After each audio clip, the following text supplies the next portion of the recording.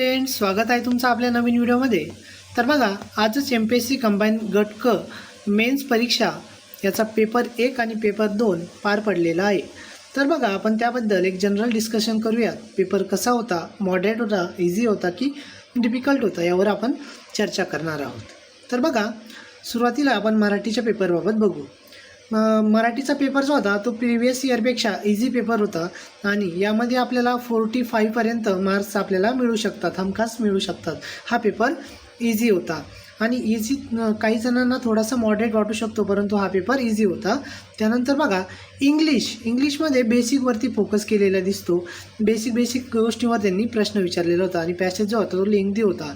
सोबतच यामध्ये व्होकॅब वगैरे त्याच्यावर जास्त प्रश्न होते आणि व्होकॅब ज्या होत्या त्या ॲप्लाइड व्होकॅब विचारलेल्या होत्या। ॲप्लाइड बेस म्हणजे आपण जे दैनंदिन जीवनामध्ये वापरतो, ज्या व्होकॅब वापरतो त्यावरच आपल्याला यावर प्रश्न दिसतात।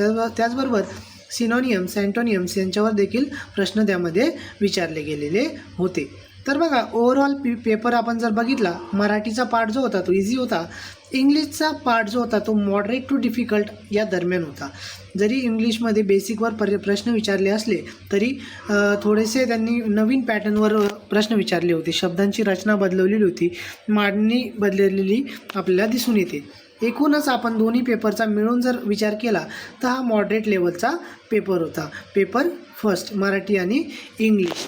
त्यासोबतच बघा, इंग्लिशच्या पेपरवर आपण जरा थोडंसं अजून डिस्कशन करू। तो इंग्लिशचा जो पार्ट होता तो नवीन पॅटर्ननुसार पेपर आपल्याला बघायला मिळाला।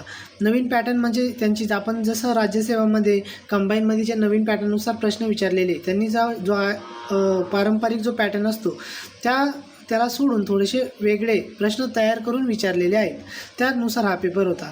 त्यामुळं त्यावर आपल्याला प्रश्न विचारले गेलेले दिसले।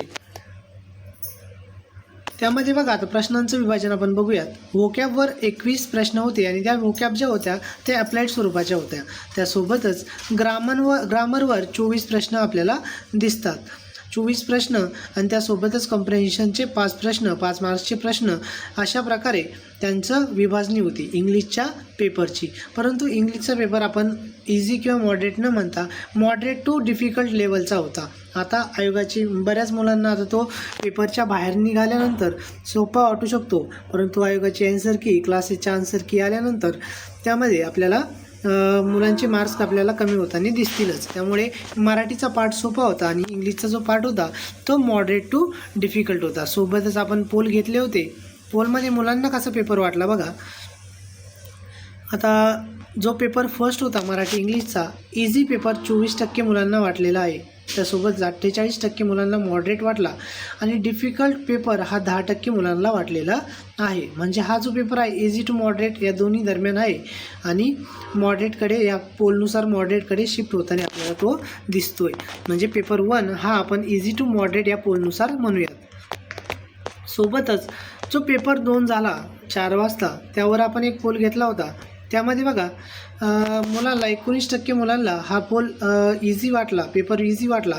सोबतच मॉडरेट पेपर हा 27% मुलांना वाटला आणि 43% मुलांना हा डिफिकल्ट वाटला। त्यामुळे जो पेपर सेकंड होता तो नक्कीच अवघड अशा स्वरूपाचा होता आणि त्याचा जो डिफिकल्टी लेवल जी होती ती मॉडरेट टू डिफिकल्ट आणि त्याची शिफ्ट डिफिकल्टकडे असलेला आपल्याला दिसतो। म्हणजे एकंदरीत पेपर 1 हा मॉडरेट आणि पेपर 2 हा मॉडरेट टू डिफिकल्ट या लेवलचा होता आणि मागच्या वर्षीच्या तुलनेत हा पेपर क्रमांक 2 हा डिफिकल्ट होता। पेपर क्रमांक 1 जर दोन्ही मराठी आणि इंग्रजी दोन्ही पेपरची जर आपण तुलना केली तर दोन्ही मिळून इझी होता पेपर फर्स्ट, परंतु इंग्लिश त्याच्यामध्ये मॉडरेट टू डिफिकल्ट या लेवलचं होतं। तसंच पेपर सेकंड देखील मॉडरेट टू डिफिकल्ट लेवलचा होता। त्यामुळे आता पॅनिक होण्याची काही गरज नाही, तुम्ही तुमचे 100% दिलेले आहेत। आता या आयोगाची आन्सर की येऊ द्यात, त्यानंतर त्यावर आपण व्हिडिओ बनवूयात।